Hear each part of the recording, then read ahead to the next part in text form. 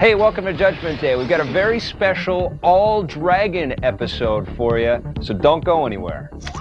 Today on Judgment Day, we're taking a look at Panzer Dragoon Orta for the Xbox, Dragon Ball Z for PlayStation 2, Dragon's Lair 3D, and on the Game Boy Advance, it's Spyro the Dragon Season of Flame.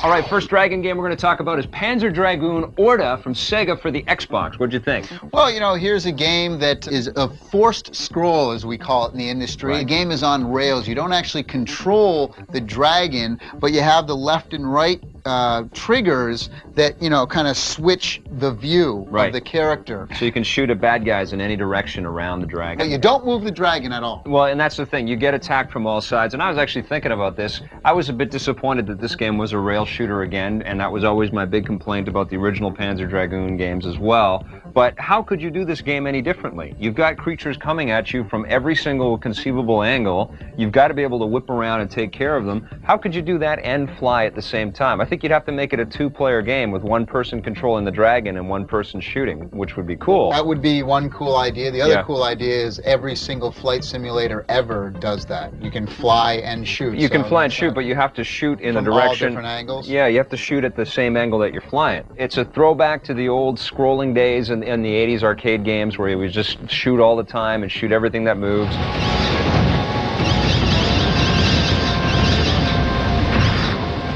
That's the problem, though, is that it suffers from being too repetitive. You finish a level and it's like you want to do something new or do some other flying mission. You know, like Star Fox Adventures, a game like that where you do a bunch of different things. This, it's like, okay, we got to do it all again. So to me, although the backgrounds are beautiful and they do change, to me it wasn't enough to keep holding my interest every single time. You do get into situations where you're wailing through tunnels and stuff like that, and it's a different sort of dynamic than going through. You have to get out of the way of things sometimes. You know, slightly different gameplay aesthetic. I agree, you're always on the dragon, and you always have to deal with flying and shooting, but sometimes you're just wailing super fast, and the boss battles are always different. Now, some of these bosses are unbelievably big and huge and just freaky looking. I liked getting to the boss levels just to see the different unique bosses. The overall aesthetic of Panzer Dragoon has always been incredible, and with the Xbox hardware, you've got graphics that will blow your mind.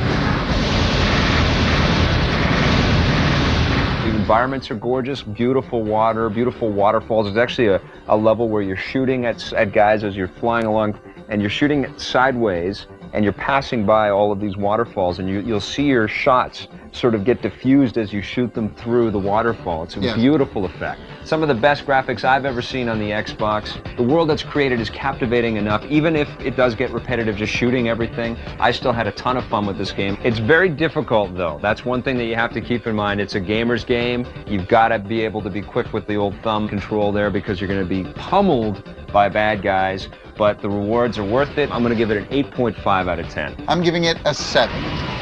On the positive side, this game features stunning vistas, beautiful graphics, incredible worlds to explore.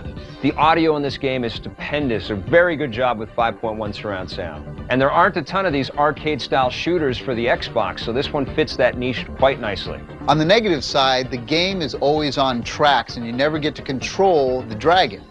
Although the gameplay and action are fun, it does get repetitive quickly. At the end of the day, this game is not an easy game, definitely for the hardcore gamer.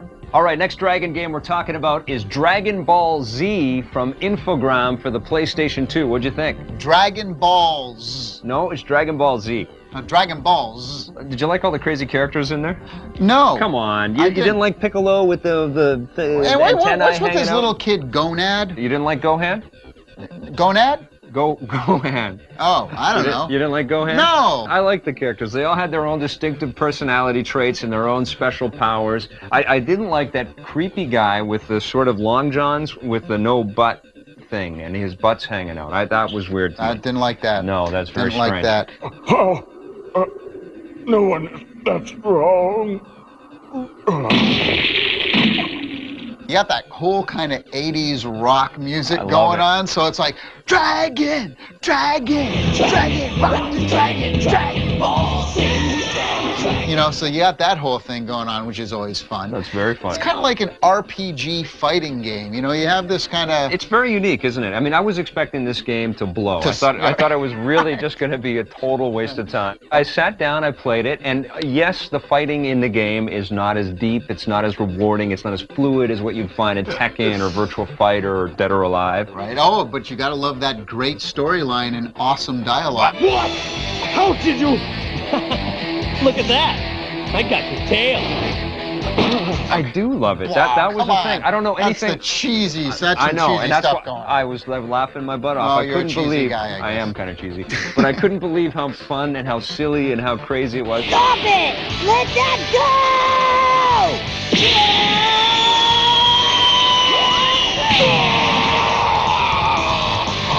I don't know anything about Dragon Ball Z. I've never watched the show before. I didn't know anything about the history, but I got into the storyline. There's all kinds of characters being introduced. They're fighting all over the place. They're flying and hovering and throwing. Completely over the top. Very Now over the top. Now, Dragon Ball's fans are going to love this Oh, yeah. game. They're absolutely going to go crazy and bonkers for the game. Now, if you're not into Dragon Balls, then you may not be into this game. I don't know. I I know think- I'm not into Dragon Balls. There's And a this lot game- of entertaining stuff in here, though. Didn't you start to enjoy the fighting and sort of? No. You didn't enjoy the fighting. I got into the fighting. They do have a skill edit mode, though, so you can go in there and change your character's fighting abilities and combos and things like that. Not impressed by the backgrounds in this game. They could have put a little bit more effort into the Yeah, background art. 3 polygons would have been nice. Not that cool, but I did like the fact that you're flying and floating and attacking with power weapons and projectiles and just some nice Why sort do of big punch moves in there Why, too. I was fighting, and then why do you float in the air? I don't know, man, but it's cool. You don't even know. It's You different. I don't know anything because. about it. It is fun, though. It is better than I thought it would be. It was a pleasant surprise. And it's not just fighting, too. There's this area where you have to keep this dude in the beam. And The minigame elements Yeah. are kind of cool, Yeah. and it helps to sort of flesh out the whole experience of the game, because at the end of the day, the fighting isn't as good as some of the others out there. What are you going to give this one? I'm giving it a 6. I like this game. I'm going to give it a 7.5. I don't know anything about Dragon Ball Z, but after playing this, I want to know more. On the positive side, there are 23 different characters to play with and unlock throughout the game. The story mode is tons of fun with cool sagas split up into episodes for you to enjoy. And best of all, this game is fun even if you don't know anything about Dragon Ball Z. On the negative side, it isn't the best fighting game out there. If you're not familiar with the license, you may not be into this game too much. And the dialogue and the storyline was so overly cheesy, it actually turned me off a bit. Stick around. When we come back, we're going to be talking about Spyro the Dragon. Hi, Lee Rehrman here, host of Arena. One of the things I remember about hosting the show was that every season there was always 1 or 2 teams that were totally out of their league, that got beaten like redheaded stepchildren. I'm not going to mention any names, but you know who you are.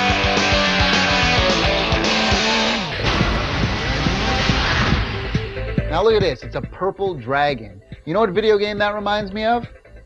Madden Football.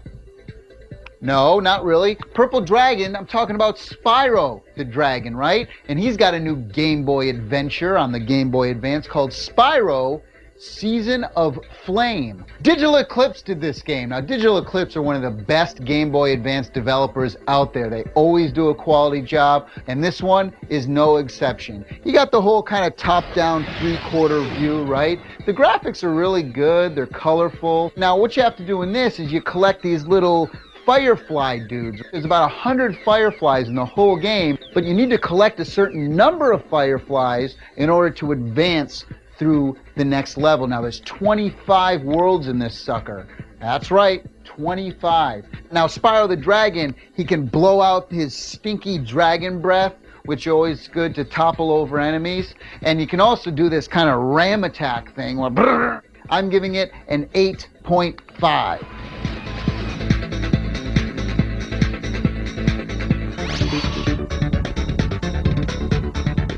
Hey, we're back. We found this Dungeons & Dragons store to talk about Spyro the Dragon, Enter the Dragonfly.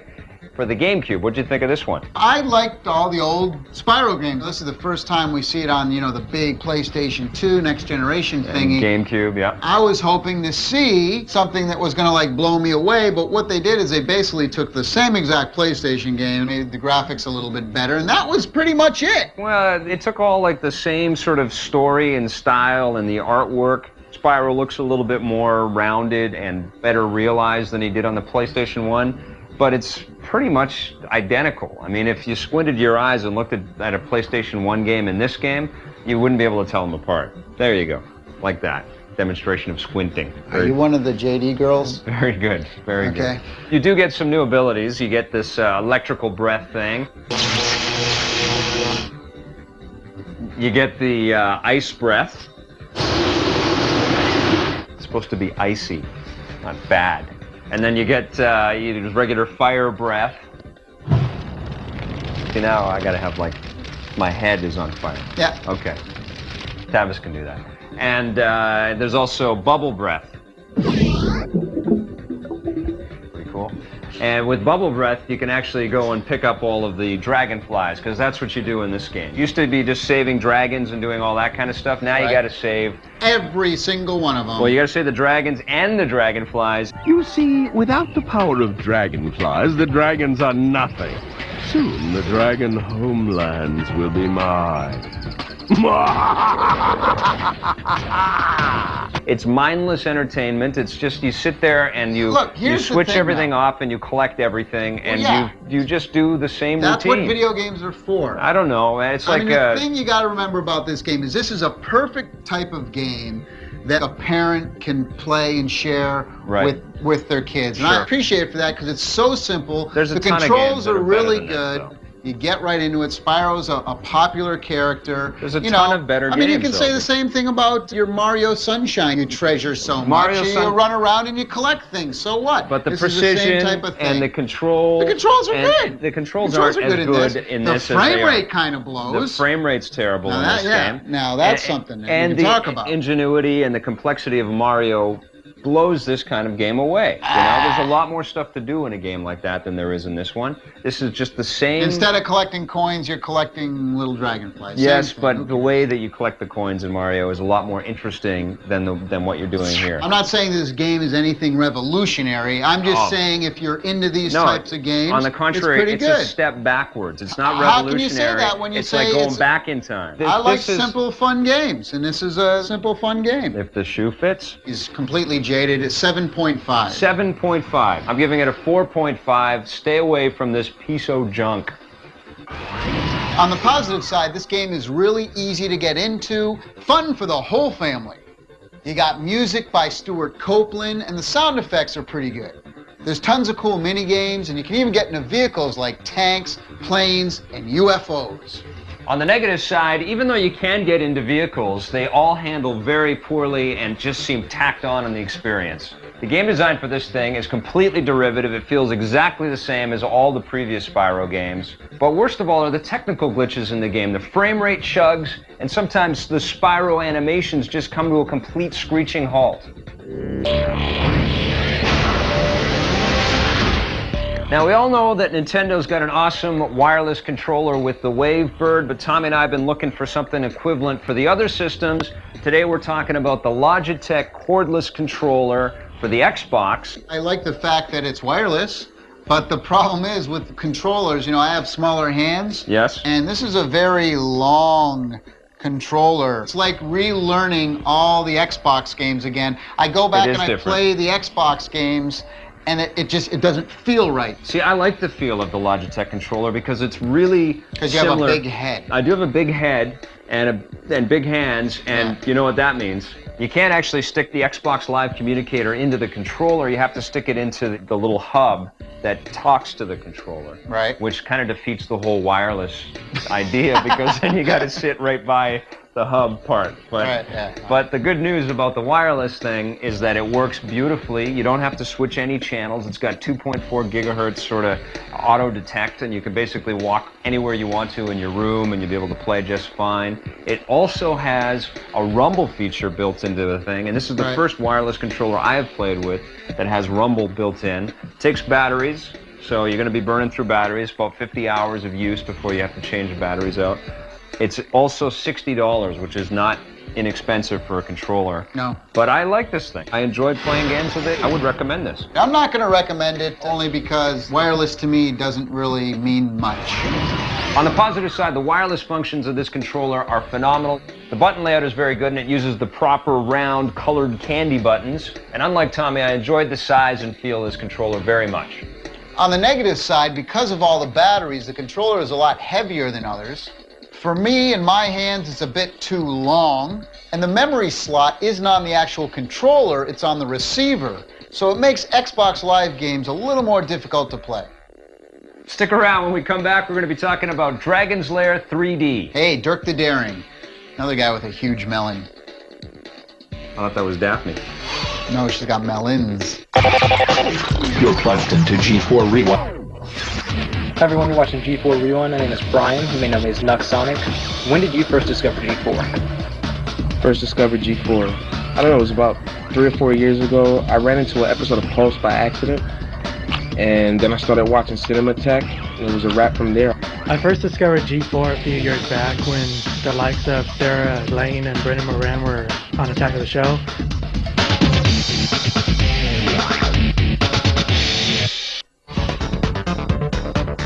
All right, we're back. We're going to talk about Dragon's Lair 3D. Yes. For the Xbox. Have you remember this one from the old days? I absolutely do. It's one of the biggest grossing arcade games of all time. As a matter of fact, Dragon's Lair is in the Smithsonian Institute next to Pac-Man and Pong. That's cool. So that's amazing. So this is an industry icon. Definitely. Dirk the Daring, Daphne with her big pointy. I mean, we're talking about a classic here. This was the first game to feature hand-drawn animation, and you were actually controlling, to a degree, a cartoon. But my biggest problem with the game when I played it originally was that I never really felt like I was controlling anything. It just was like timing the button presses and the joystick control. Now you get to play a full 3D Dirk the Daring and go anywhere that you want to in that castle from the original game, and it's beautiful. I am going to go on record as saying that this is one of the nicest looking games I have ever seen. I mean, the colors are amazing and vibrant. The style looks exactly, even better than it does look better. The cartoon. Did you know that Don Bluth actually hand drew all of the cinematics for this game? This is the deal. All those rooms, including more rooms, there's 250 rooms in this castle that you get to run around, and you're going to see all the familiar stuff that you saw in the classic game. All the rooms, all the characters. Yes. Remember that great scene in Dragon's Lair where you had that half pipe and the balls are rolling? Well, now you have it in Super 3D. Monkey Balls. They've really created a nice platform game around the world of Dragon's Lair, and they've done an honor to the original classic. So if you're a fan of that, you're going to love this game. One minor setback is it's sometimes hard to pinpoint accurate control. It's a little floaty. Yeah, it's a little floaty, and at certain times, some of the levels, because there is, you know, some pinpoint jumping that you have to do, it's a little frustrating.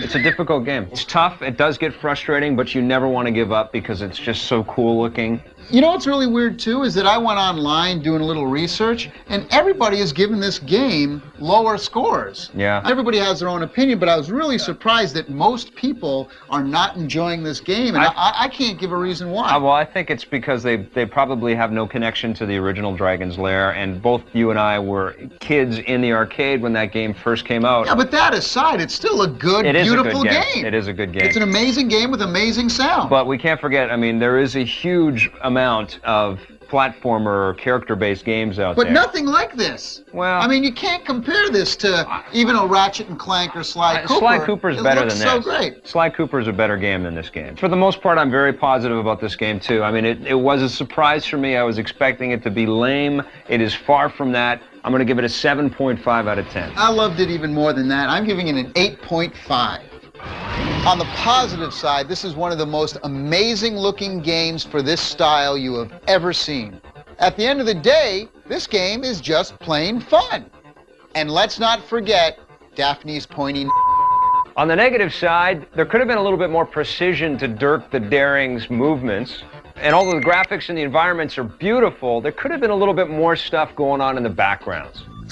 Today on Judgment Day, we reviewed Panzer Dragoon Orta for the Xbox. This game features stunning graphics and sound, but it's really still just a rail shooter. You can't control that dragon. For the GameCube, we looked at Spyro the Dragon, Enter the Dragonfly.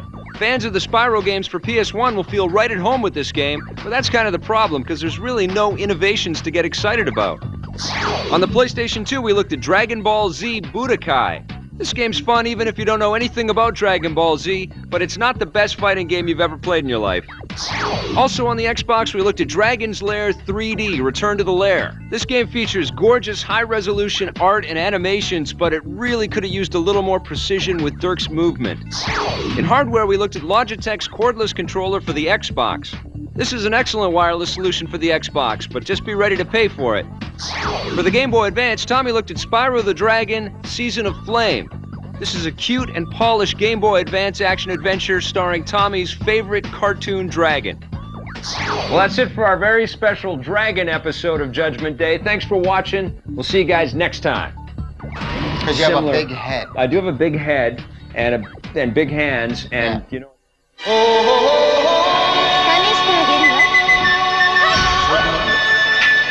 Everybody was kung fu fighting. Those kids were fast as lightning. In fact, it was a little bit frightening. But they did. The battle for global supremacy. The Championship Gaming Series. Saturday at 10. Part of G4's Stay Out of the Sun Summer.